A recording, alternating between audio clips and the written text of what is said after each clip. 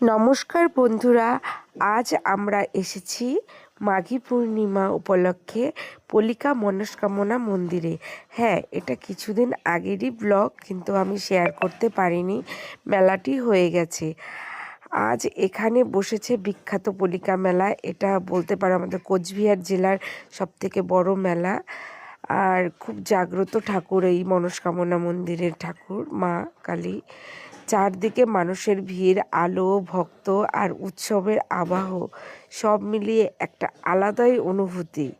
সত্যি বন্ধুরা, এই রাস্তাটা দিয়েই প্রথমে যেতে হয়। এই সেই ঘাট, যেটা পুকুর।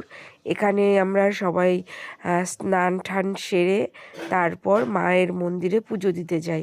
কিন্তু আমরা গিয়েছিলাম দুপুর নাগাদ, দুপুর গড়িয়ে বিকেল নাগাদ গিয়েছিলাম, সেজন্য এখানে কিন্তু এখন আর সেই ভিড়টা নেই। তো ভোরের থেকে, মানে আগের দিন রাতের থেকে, মানে চতুর্দশী থেকে ওখানে সবাই থাকে, মন্দিরে পুজো হয়। চতুর্দশীতেই পুজো শুরু হয়ে যায়, মায়ের পুজো। তো আগের দিন থেকে ওখানে যারা থাকে তারা পুজো টুজো শেষ করে ভোরবেলা স্নান করে, একদম ব্রহ্ম মুহূর্তে স্নান সেরে তারপর মায়ের পুজো দিয়ে একটু মেলা ঘুরে তারপর সবাই বাড়ি চলে আসে। তো প্রথম দিকে আমাদের তো যাওয়ার ইচ্ছে ছিল না, কিন্তু তারপর ওই যে মা যদি টানে তাহলে কি আর ঘরে বসে থাকতে পারি। তো তারপরে আমরা গেলাম পলিকা মন্দিরে। মেলা যাওয়ার ভিডিওটাই তোমাদের সাথে শেয়ার করছি, ভাবলাম তোমাদেরও ভালো লাগবে। তোমরা অনেকেই জানো, আবার অনেকেই জানো না যে আমাদের তুফানগঞ্জে এত সুন্দর একটা মেলা হয়, পলিকার মেলা, খুব বিখ্যাত। দেখো, বর কিন্তু, আমরা যেহেতু স্নান করিনি, ঘাটের থেকে জল নিয়ে এসে আমাদের মাথায় ছিটিয়ে দিল। সরি, ঘাট বলবো না, এটা একটা পুকুর। আর মাঝখানে কিন্তু গঙ্গা মায়ের মন্দির হচ্ছে।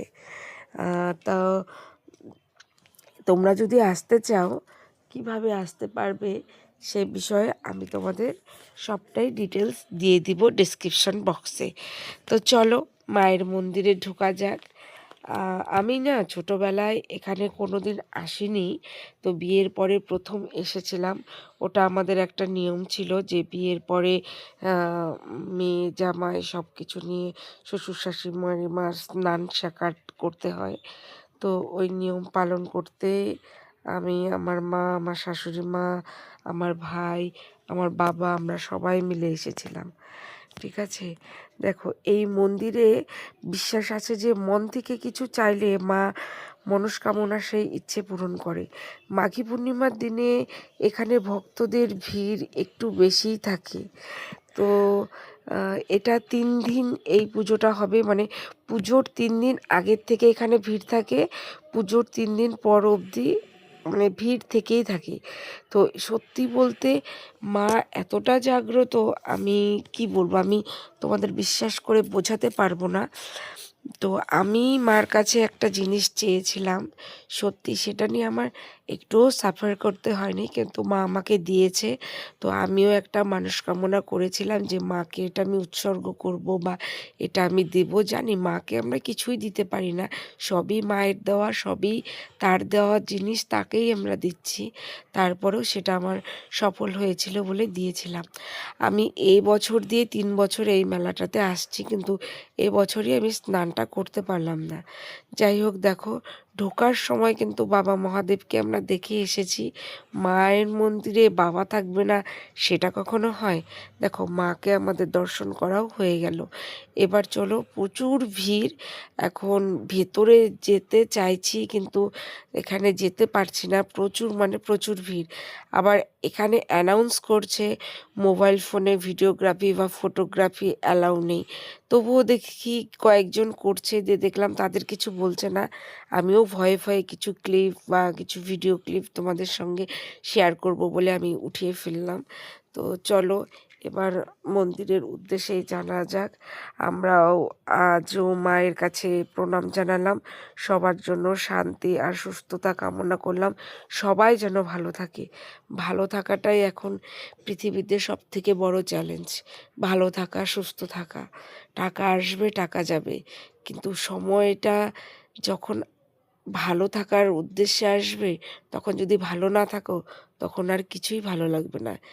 মেয়েও বারবার বলছিল সব কিছু এটা সেটা, ওর প্রশ্নের উত্তর দিতে দিতে বলতে গেলে বর্তমানে আমি হাঁপিয়ে গেছি।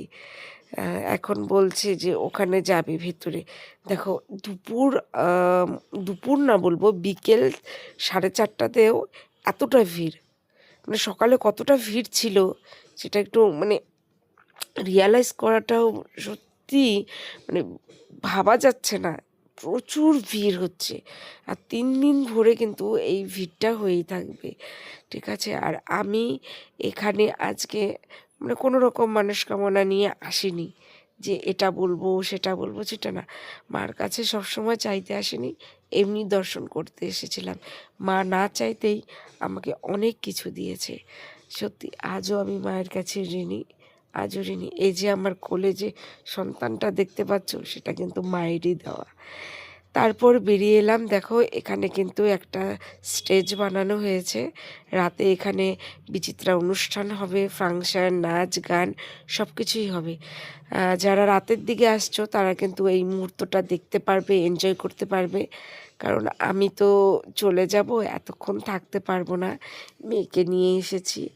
তো আগে চলো দেখাচ্ছি। তো এখানে কিন্তু প্রত্যেকটা মেলাতে যেরকম হয়, চারপাশে নাগরদোলা, খেলাধুলো সব কিছুই কিন্তু এখানে ছিল।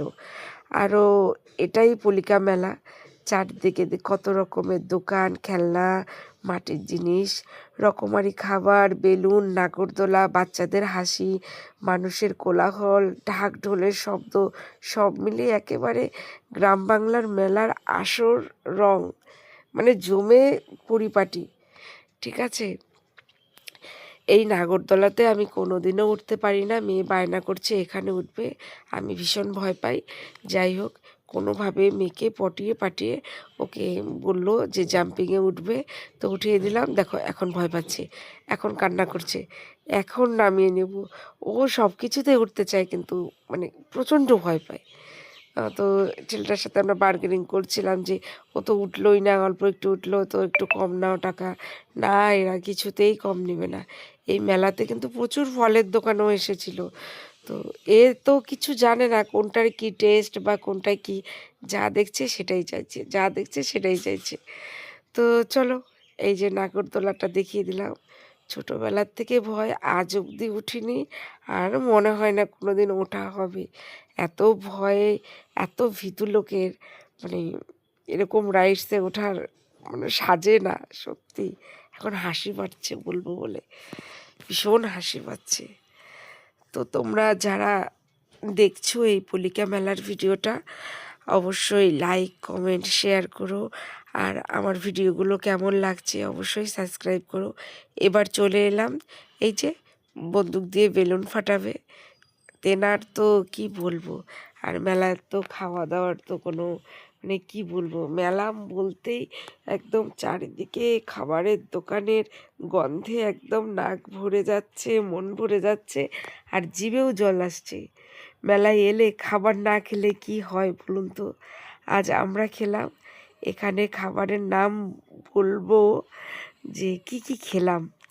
এগরোল খেয়েছি, চাউমিন খেয়েছি, ফুচকা খেয়েছি, সত্যি স্বাদটা দারুণ।